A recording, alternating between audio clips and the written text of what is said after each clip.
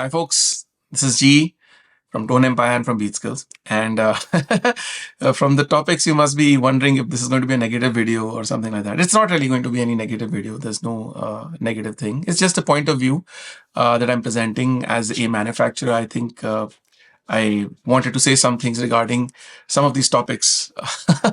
So let me start. So let's start with YouTubers and criticism and all of that. So firstly, personally, criticism of my plugins and things has really helped me. And I'm honestly admitting that. I'm not just saying it like that. Initially, obviously, it annoys a person. It's like, I work so hard and, people are just tearing it apart. But over a point of time, you start realizing that, how we view our products as developers, we also have like a single vision. We're like, okay, I want to do this, this, this, and I think this is good to do work in my perspective or my workflow or how I work or what I expect out of a plugin. Sometimes, obviously, when you go out, people have very different ideas, perspective coming from different worlds and thoughts and workflows and things they need. And as manufacturers, sometimes we can miss that. It does happen. So all the people who criticize plugins or say the good points, bad points, that's very helpful, actually, in honesty. Initially, when somebody says something good, obviously, I feel very excited and I feel like other manufacturers, nothing special. I feel, oh, great, these guys got me.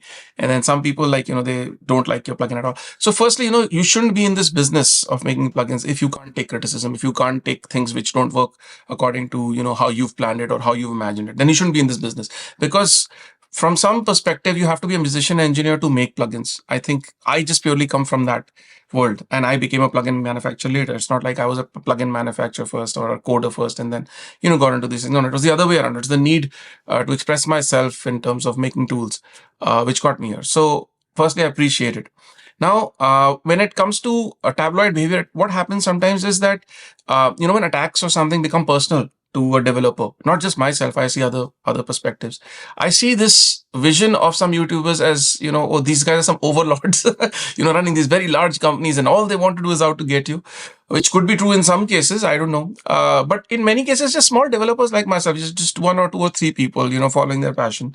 And nobody's out to get anyone. Nobody's trying to do anything, harmful. It's just a product. It's just an idea. And if it doesn't pass, fair enough. Don't buy it. But these channels sometimes get fueled by, a group of people or negativity. And then, basically it becomes a kind of victim mentality that also presents to people. I think that is also something one should address and talk about. Okay. So criticism, like I said, is fine. It's great. One learns a lot. It actually does help. It has helped me. Like, for example, in the case of my plugins, the UltraX modus come from all this aliasing talk. I was not into, aliasing doesn't bother me so much, honestly, but it does bother a lot of people. So I'm like, okay, you know what? Forget what I think about it.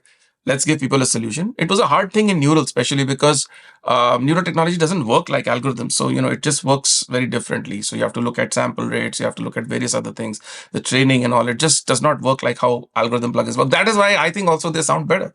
They have something which just, is that extra juice, that thing which makes it feel like hardware, in my opinion. I love it. I mean, I believe in this technology and I'm going for it. Anyway, coming back to, the tabloids or things like that. Now, what happens is that when this victim mentality is promoted, already, this audio business is very difficult. Most people are not going to make it to the level they think or their dreams, not because they're not talented.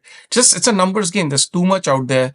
Sometimes people promote themselves better, get out there better. Sometimes, there's some matter of luck. One thing goes viral and then, that starts a career. So it's not necessarily always a talent like you and I know.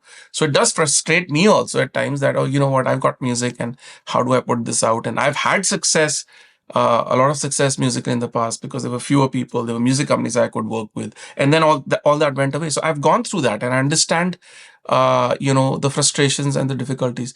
But then to add fuel to that fire by finding a common enemy and trying to attack them. Sometimes you have to have some perspective and understand where manufacturers also come from. I'm not defending anyone or I'm not doing anything, to say that I'm better than others or others are better than me or things like that. No.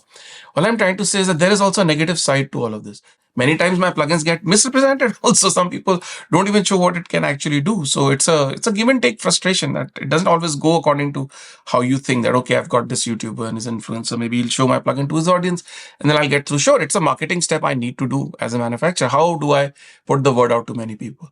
But then again, let's look at another aspect of it, that why are you so influenced by what somebody else says? Positively also, somebody saying, oh, this is the best plugin, blah, blah, blah, blah, buy it. Okay, I mean, does it fit your workflow? Do you even have an opinion? I've had this very strange kind of emails come to me. One of my plugins was bashed by a YouTuber. Okay. And I don't know. Funny thing is it starts selling after the person bashed it, which is a strange phenomena, right? It just got a lot of publicity. People start buying it. And then suddenly I started getting some mails. People like, can you please give me a refund? I'm like, sure, but could you tell me why would you like a refund? He says like, I'm using this plugin, but this gentleman on YouTube says this is not a good plugin. I'm like, you're using the plugin on your own. You trust your instinct. You have no problems. But now somebody has come and badmouthed it, so you want a refund. I'm like, I'm not giving you a refund on that basis. If you have a problem and we can't solve it, it's something, which is personally not, going for you, that's sure, no problem. Here, take a refund. We never have a problem with that. Okay, so it shows me another aspect of how much people are influenced positively and negatively, just by influencers. So it's strange. I listen to the kind of music I want to listen. I don't care if it's like something else somebody else likes. I'm into old soundtracks, by film composers like that. I don't personally like Hans Zimmer's, approach to things. Maybe his earlier movies. Doesn't mean you gotta hate me for that. I have a very particular taste, but I have my own taste. I'm not like, oh no, you know what? Superman soundtrack was good because this is this and this person said so. I said, no, I like the previous Superman because that has a lot of great orchestral work, which I think is more difficult to do than just sound design. That's just my own perspective. I'm not saying sound design is not great, but I'm not into that. So I have my own opinion. Similarly, I see so many people over influence positively and negatively. I mean, don't go out there and just buy any plugin, right? That's because it's come out. See if it's something which you're passionate about or fits your workflow or, hear the demos, download a trial. Almost every company offers a trial version. So if you're curious, do your due diligence. And if you don't like it, dislike it, don't buy it. Even if somebody's saying you should buy it and you just need it and blah, blah, blah, don't go for that. So I've personally just refrained from that. I'm not going for that. Now it's just on the audience that we have through our newsletters or whoever wants to promote us or any influencer likes our work. You're most welcome. Take it. Okay, so now let's come to piracy. So first, I'll make an admission. Okay, throughout the late 90s, early 2000s, I think early 2000s, I was using pirated software throughout because I was a younger kid from college. I had no money to buy very expensive plugins and software at that time, which used to cost hundreds and hundreds, if not thousands of dollars. I barely afforded a Pro Tools system, didn't have a Mac, so had to make it work on Windows. I was probably the only guy in India running Pro Tools on a Windows NT machine. Would you believe it? Because I could either buy Pro Tools or a Mac.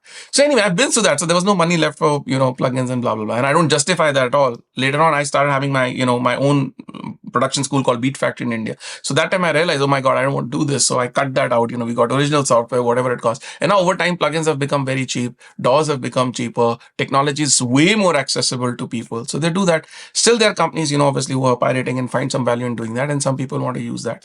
I don't know, whatever it is. It's no moral judgment that I should pass on you. That's up to you. Does it damage the business? Yes. But does it help the business? That also. So what piracy does, I've noticed, is also that it causes attention towards your product too. So if it's pirated, somebody finds it on that news and they say like, okay, fine, but I don't want viruses on my system. Or I don't want my system to be hacked and an unauthorized person doing that. It's up to you. You want to download that thing and work it.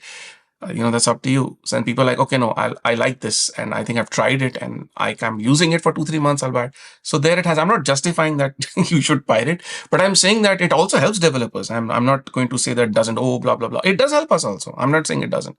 Obviously I lose sales in many cases. That happens. But what can I do? Can I develop a system which is foolproof? No, I don't want to have a system which is as crazy as iLok, which is so irritating to people. I have a simple system. You just log in and boom. If you log in, you have plugins. It just works. All plugins, you don't have to put the serial code of any of them. You log in and your licenses are there, bam, it will just work, register and work. So that's about it. That's the easiest I could do. Has it been cracked? Yes. But still, I think there's still a formality, there's still a proper process, I think, which makes things authentic, makes it good.